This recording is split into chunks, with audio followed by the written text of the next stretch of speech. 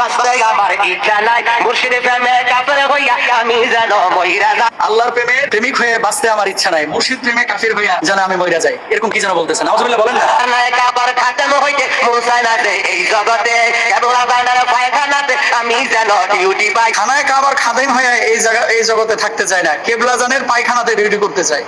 নাউজুবিল্লাহ বলবেন না। চিন্তা করা যায় যে আল্লাহর প্রেমের প্রেমিক যদি আমি নাও হই, কোনো আফসোস নাই, কিন্তু আশিক প্রেমের মুর্শিদ কেবলার প্রেমে যদি আমি কাফের হয়ে যাই তাও কোনো সমস্যা নাই। মানেটা কি? আল্লাহর চাইতে সে মুর্শিদ কেবলাকে বেশি প্রায়োরিটি দিয়েছে। কোরআনুল কারীম কি বলছেন? কোরআনুল কারীম বলছে ওয়াতিউল্লাহ ওয়া আতিউর রাসূল ওয়া উলিল আমরি মিনকুম। আল্লাহর আনুগত্য করো, আল্লাহ রাসূলের আনুগত্য করো, উলিল আমর যারা তাদের আনুগত্য করো। তাদের আনুগত্য কখন করতে বলা হয়েছে? যখন আল্লাহ রাসূলের আনুগত্যের পরে আল্লাহ এবং আল্লাহ রাসূলের ফরমেটে তারা যখন কোনো বিষয় পেশ করবে তখন সে তার আনুগত্য করবে।